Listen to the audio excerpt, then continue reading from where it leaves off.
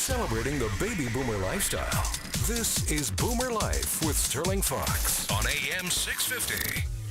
Welcome back to the program. On this episode of Boomer Life, we're talking diamonds. Our guest is Stephen Ben-Oliel, principal with Canadian Estate Diamonds and Canadian Noble House Diamonds. And before we zoom into the Canadian scene, and Stephen, you've been regaling us with the tall tales of the exploration and early mining days for polar bear diamonds up there in the Canadian North, but you have been all over the world. You have traveled extensively. You know the global diamond industry firsthand and very well. So I would like to raise one more matter before we come back to Vancouver and Canadian Estate Diamonds, and this whole thing out there still about something called blood diamonds. These were from Africa, from a regime, tell us the story. You're the diamond expert. I'm just the guy who knows the term, and as I understand it, the term's a little redundant these days. So fill us in.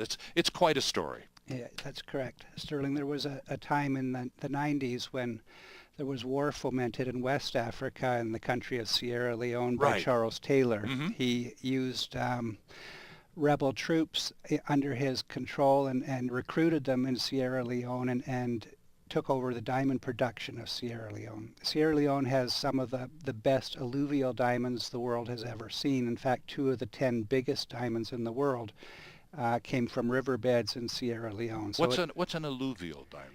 it's a river wash diamond. Okay. So a diamond Okay. that's come from its original kimberlite source and ended up on a riverbed at bedrock with gold. Interesting. So, Okay.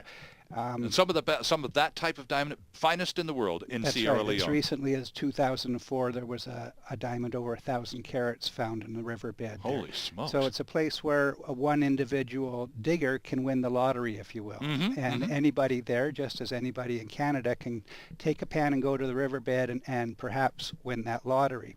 Well, Hollywood did the movie Blood Diamonds and did a very good story of telling the world what had happened there, and the short sleeve, the long sleeve choice when the machetes were out for where your arm would end up was true, because I've been to Kono, you see people and they still suffer today from it. And the whole point was, and on the basis of this horrible story and the Hollywood fixation on it, it became incredibly important to diamond consumers not to buy blood diamonds. That would indicate you would be morally supporting this outlaw regime. And so we developed a global attitude about blood diamonds, didn't we? That's right, and that was the advent of the Kimberley certification system, wherein if you were taking rough diamonds around the world, they had to be followed with certification from an international board saying they didn't come from a place like Sierra Leone. Exactly, right. Or the production of Robert Mugabe today. But what you have to think about today is that Charles Taylor has been tried for crimes against humanity. That war ended in 2002. The people of Sierra Leone are very industrious, but they're also the second poorest population on earth. So the diamonds they have, which is their number one resource, is their way out of poverty. So to spurn them today, it's not something that's going to help them help themselves. Right. So today, I think you want to know where your diamonds come from. And is that still possible? And people come into the store and say, I'd like to buy something. And where is this from? What part of the world is this from? Today, all rough diamonds have to have a source country. Okay. So we're still conscious of this. We should be. For But the where most part, we're missing the boat, sorry to interrupt, but where we're missing the boat, and this I think is important, Stephen, is that regime and our moral outrage and willingness not to buy diamonds from that country, that's all gone. The circumstances have completely changed, and now by not buying diamonds from Sierra Leone, we're actually depriving people in Sierra Leone of their primary source of income. You're right, and it's sad because when you're there, they have nothing. Mm-hmm. Their world you can imagine it's 100 years ago, but they're hardworking people. When you see them out in the riverbeds in 35-degree heat, working, shoveling mud and gravel for the day, you understand they're there by circumstance, not by their lack of industry. Sure. So they will get ahead, and for me, to work in that place and see a diamond come to light for the first time in a million years, it's something that is a lot of fun. It's like somebody's turned on a flashlight in a bucket in the middle of the day in the sunny sky, and it's amazing to see. I'll bet it is. So again, I thank you for your patience in reviewing this particular thing, because you and I have touched on this in the past, but I think it's a really important development that not all of us in the West are in tune with. A lot of people are still very on about blood diamonds and very conscious of that. But that era has passed. It has. Robert Mugabe is still in power in Zimbabwe. Right. And there is a huge diamond find there, but his diamonds are easily recognizable. They're a smoky gray color. And we probably won't be long before he's gone from the world and the entire issue can be put to rest. Okay. But there is a way today for a consumer to find out where their diamond's coming from. And it goes back to, again, you should be dealing with somebody you trust. That's Right. the way of the diamond business. So as a consumer then, Stephen, is it a smart question to ask if you're diamond shopping? Where does this one come from? Yes, where does it come from? Does it have a GIA certificate or an American Gem Society certificate? Because that's an independent, non-profit opinion that you should have with every important diamond today. Why is a diamond the preeminent gemstone on Earth?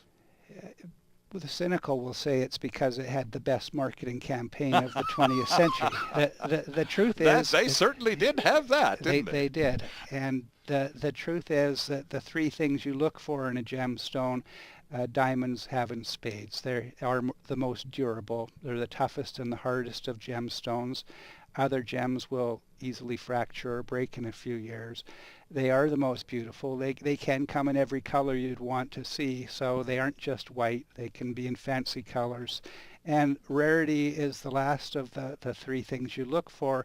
Diamonds above 1 carat are rare. A D flawless, which is a perfect quality of diamond, there's only a handful of them in an entire year in the world's production. Interesting. So if you think of the world entire production of gem quality diamonds as a dump truck full, perfect diamonds that finish above 1 carat will fit in your hand. And maybe that's why the big and the beautiful today, the finest of the fancy colors, have gone into a speculative mode. Now, you were telling us a story before we began our broadcast today about a search that you conducted on behalf of a client.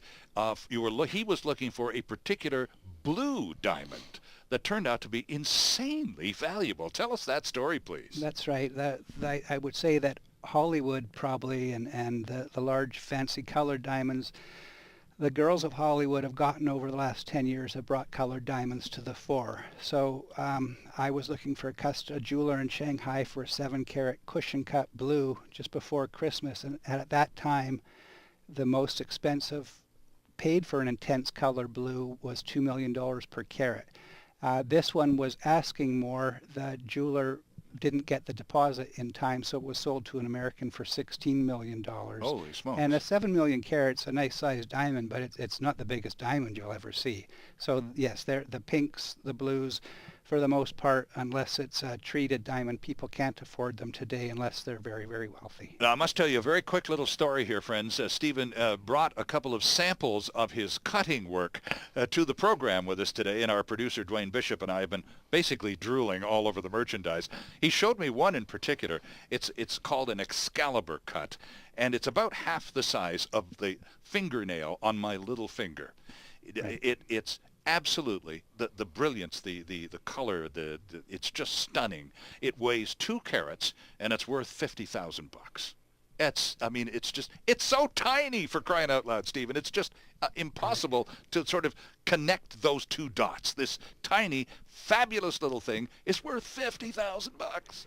Well, it's tiny in the realm of what we deal with every day. But 2 carats is big, isn't it? Right. In the realm of diamonds, that's a good-sized diamond. Mm-hmm. And most women would aspire to and be very happy with a 2-carat I know a particular diamond. woman that wouldn't mind if I brought this one home tonight at all, I can tell you.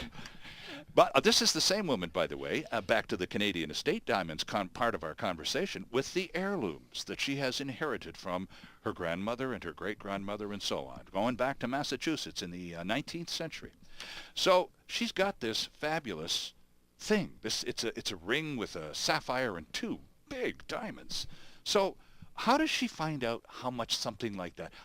Where do you go to get an Antiques Roadshow appraisal in 2014? Is Right. Canadian Estate Diamonds, are you the guys to do all that stuff? Well, we can do it, and we can do it in a transparent way so that they can see we're looking after their interests. Okay. The diamond has to be removed from its setting. The reason being color is the most important of the four C's in the terms of value, and a diamond's color is not easily discerned in a ring setting. So once it's out of there, then you can do a sarin light wrap on it. You can find out its current weight, what it will recut to, and then you could and should, if it's an important diamond, send it to the American Gem Society or the Gemological Institute of America and get a quality grade on it.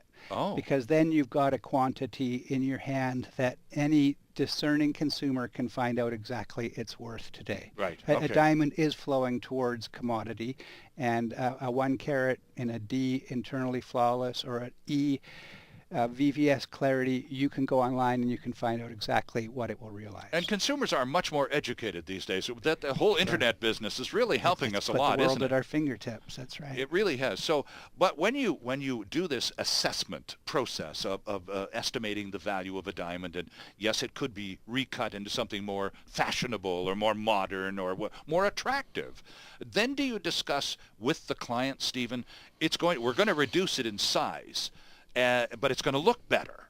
Right. So, but with the cutting process may indeed create a few little chips. Does the client get to go, okay, well, put them in a circle around the stone, or is that just a part of the discussion? No, and it's a question we get all the time, Sterling, that there are no chips in the cutting of a diamond. Really? You wear away every facet. So think of a turntable with an old stereo, and the arm that held the needle would hold the diamond, and on that turntable surface is a grease with a diamond dust in it. So every facet is just worn away against that surface, and any dust goes up into the vacuum in the roof. It just actually evaporates, kind That's of thing. right, it's gone. There's So nothing there. so the only chip you're going to have is if you decide to take a large diamond and then cut it into a few different Into pieces. parts, that's right. Right, and then it's a whole other game, isn't it? Exactly.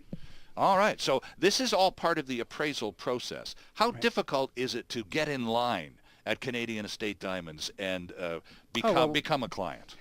Just give us a call and come in. We're in a safe, insured premise downtown. We've got all the equipment to recut diamonds there, and we can make a decision together. Do you want to sell the diamond? Do you want to refashion it into a modern ideal brilliant and go to one of the goldsmiths on premise and have it redesigned into today's piece of jewelry? Right. So we're there to serve you. It doesn't cost anything to get an opinion. And you were talking earlier, a few moments ago, about how much better educated consumers we all are, and that is due in very large part to our willingness to educate ourselves, and of course that very handy tool, the internet. And while we're taking the following break, friends, you might want to just slide over to CanadianEstateDiamonds.com and check out our guest and his operation. Our guest is Stephen Ben-Oliel, principal with Canadian Estate Diamonds and Canadian Noble House Diamonds here in Vancouver. And we'll be back with lots more on Boomer Life. It's all about the baby boomer lifestyle. Boomer Life on AM 650.